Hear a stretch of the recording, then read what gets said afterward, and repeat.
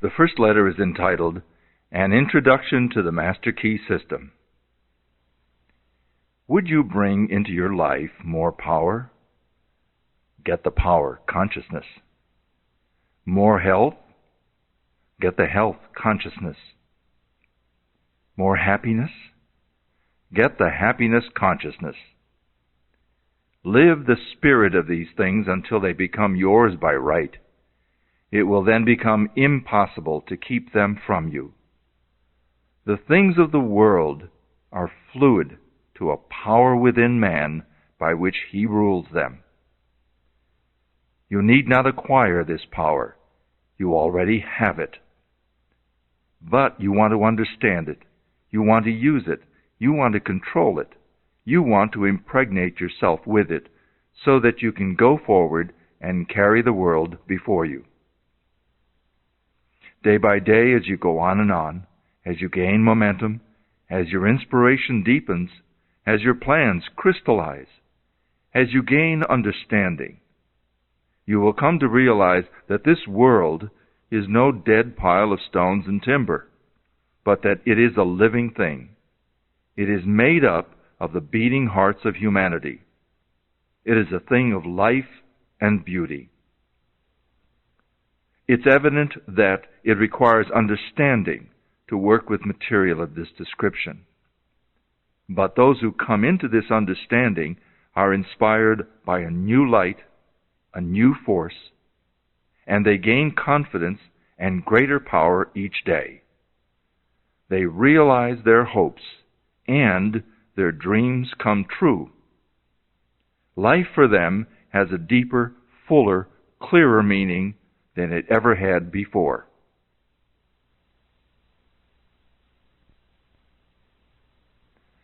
That much gathers more is true on every plane of existence.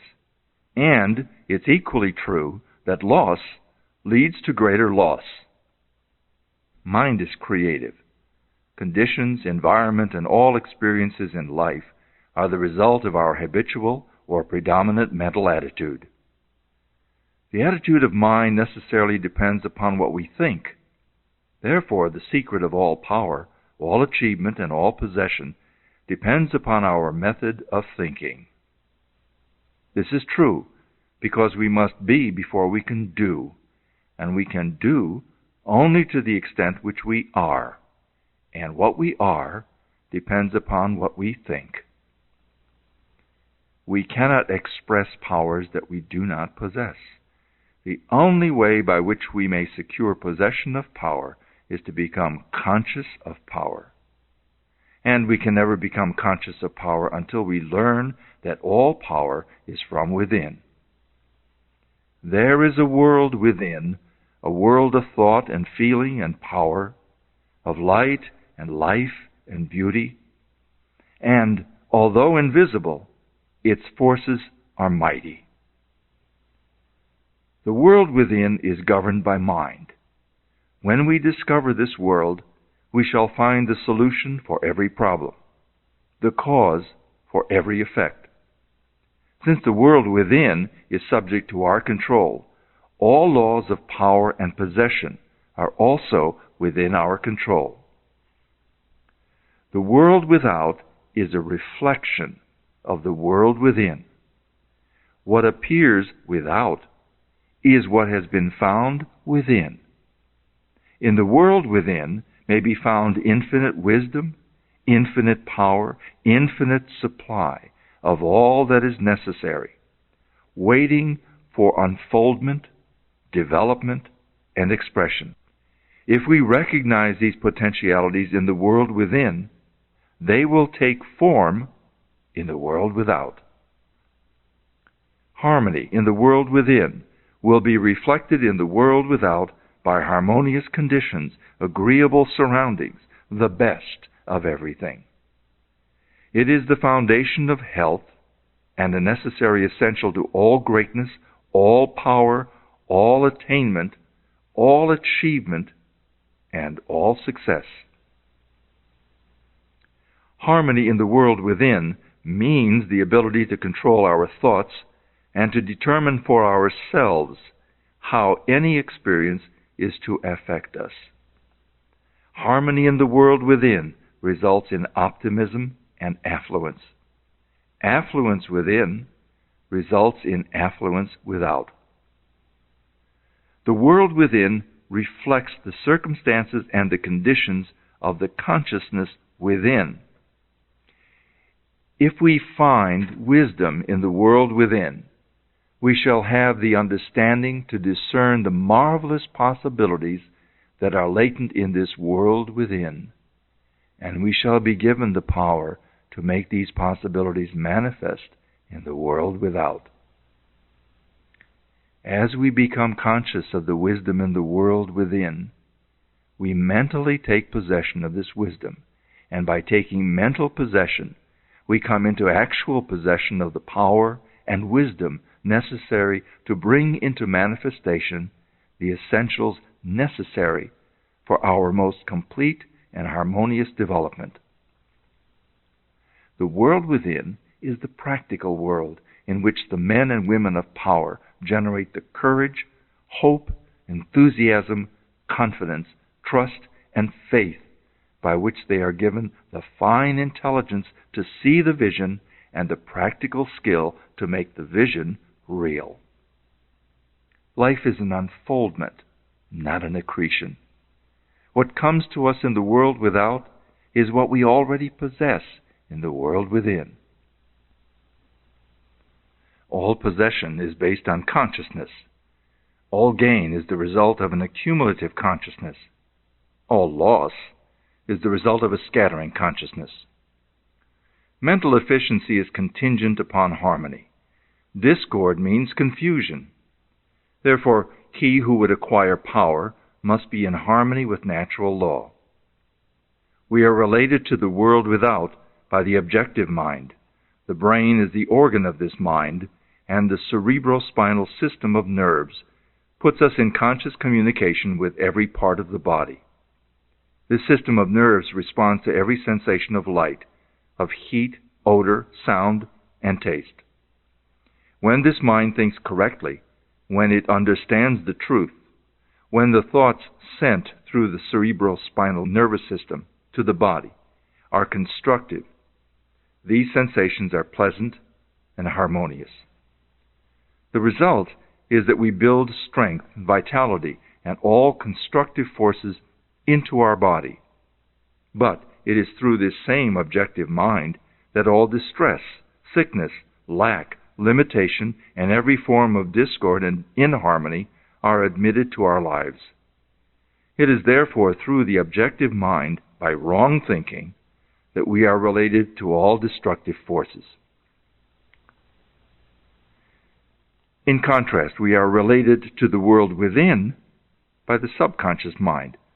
The solar plexus is the organ of this mind. The sympathetic system of nerves presides over all subjective sensations, such as joy, fear, love, emotion, respiration, imagination, and all other subconscious phenomena. It is through the subconscious that we are connected with the universal mind and brought into relation with the infinite constructive forces of the universe. It is the coordination of these two centers of our being and the understanding of their functions which is the great secret of life. With this knowledge, we can bring the objective and subjective minds into conscious cooperation and thus coordinate the finite and the infinite. Our future is entirely within our own control. It is not at the mercy of any capricious or uncertain external power. All agree that there is but one principle or consciousness pervading the entire universe, occupying all space and being essentially the same in kind at every point of its presence. It is all-powerful, all-wisdom, and always present. All thoughts and things are within itself. It is all in all. There is but one consciousness in the universe able to think, and when it thinks, its thoughts become objective things to it.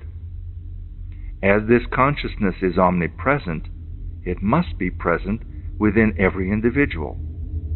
Every individual must be a manifestation of that omnipotent, omniscient, and omnipresent consciousness.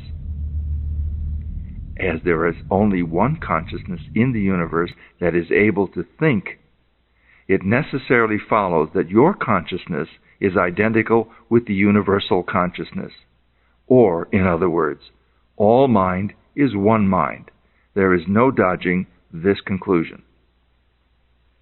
The consciousness that focuses in your brain cells is the same consciousness which focuses in the brain cells of every other individual. Each individual is but the individualization of the universal, the cosmic mind. The universal mind is static or potential energy. It simply is. It can manifest only through the individual, and the individual can manifest only through the universal. They are one. The ability of the individual to think is his ability to act on the universal and bring it into manifestation. Human consciousness consists only in the ability of man to think. Walker says, mind in itself is believed to be a subtle form of static energy, from which arises the activities called thought, which is the dynamic phase of mind. Mind is static energy, thought is dynamic energy, the two phases of the same thing. Thought is, therefore, the vibratory force formed by converting static mind into dynamic mind. As the sum of all attributes is contained in the universal mind, which is omnipotent, omniscient, and omnipresent, these attributes must be present at all times in their potential form in every individual. Therefore, when the individual thinks, the thought is compelled by its nature to embody itself in an objectivity or condition which will correspond with its origin. Every thought, therefore, is a cause, and every condition an effect. For this reason, it's absolutely essential that you control your thoughts so as to bring forth only desirable conditions. All power is from within, and it is absolutely under your control. It comes through exact knowledge and by the voluntary exercises of exact principles. It should be plain that when you acquire a thorough understanding of this law and are able to control your thought processes, you can apply it to any condition. In other words, you will have come into conscious cooperation with omnipotent law, which is the fundamental basis of all things. The universal mind is the life principle of every atom which is in existence, and every atom is continually striving to manifest more life. All are intelligent, and all are seeking to carry out the purpose for which they were created. A majority of mankind lives in the world without. Few have found the world within. And yet, it is the world within that makes the world without.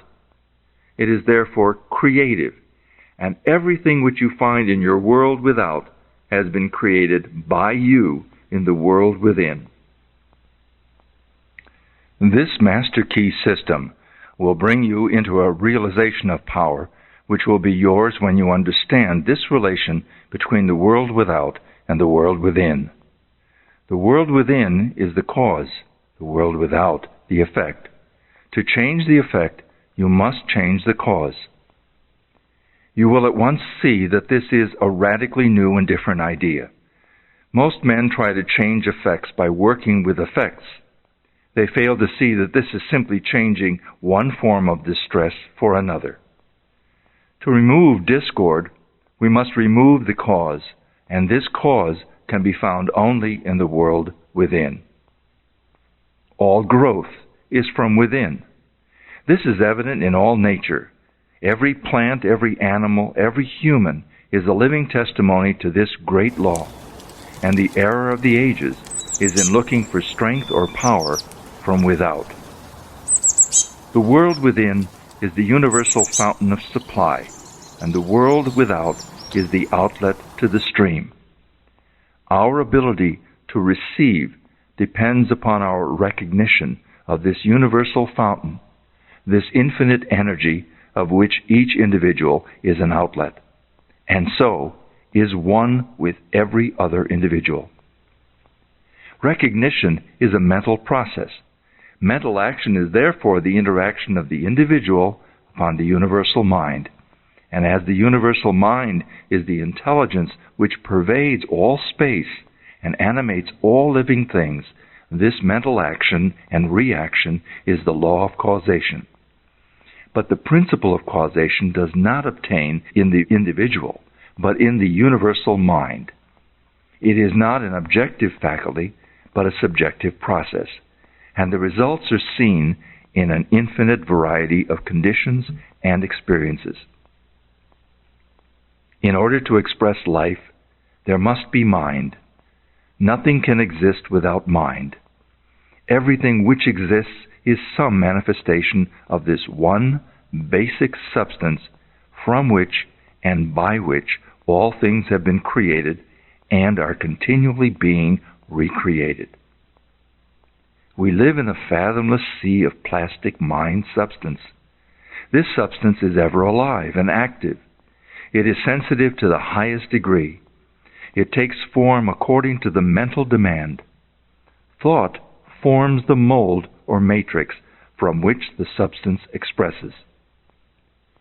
Remember, it is in the application alone that the value consists, and that a practical understanding of this law will substitute abundance for poverty, wisdom for ignorance, harmony for discord, and freedom for tyranny. And certainly there can be no greater blessing than these from a material and social standpoint. All right, now let's make the practical application. Select a room where you can be alone and undisturbed. Sit erect, comfortably, but do not lounge. Let your thoughts roam where they will, but be perfectly still for 15 minutes to half an hour. Continue this for 3 or 4 days, or for a week, until you secure full control of your physical being. Many will find this extremely difficult. Others will conquer with ease. But it is absolutely essential to secure complete control of the body before you're ready to progress. In the next letter, you'll receive instructions for the next step. In the meantime, you must have mastered this step.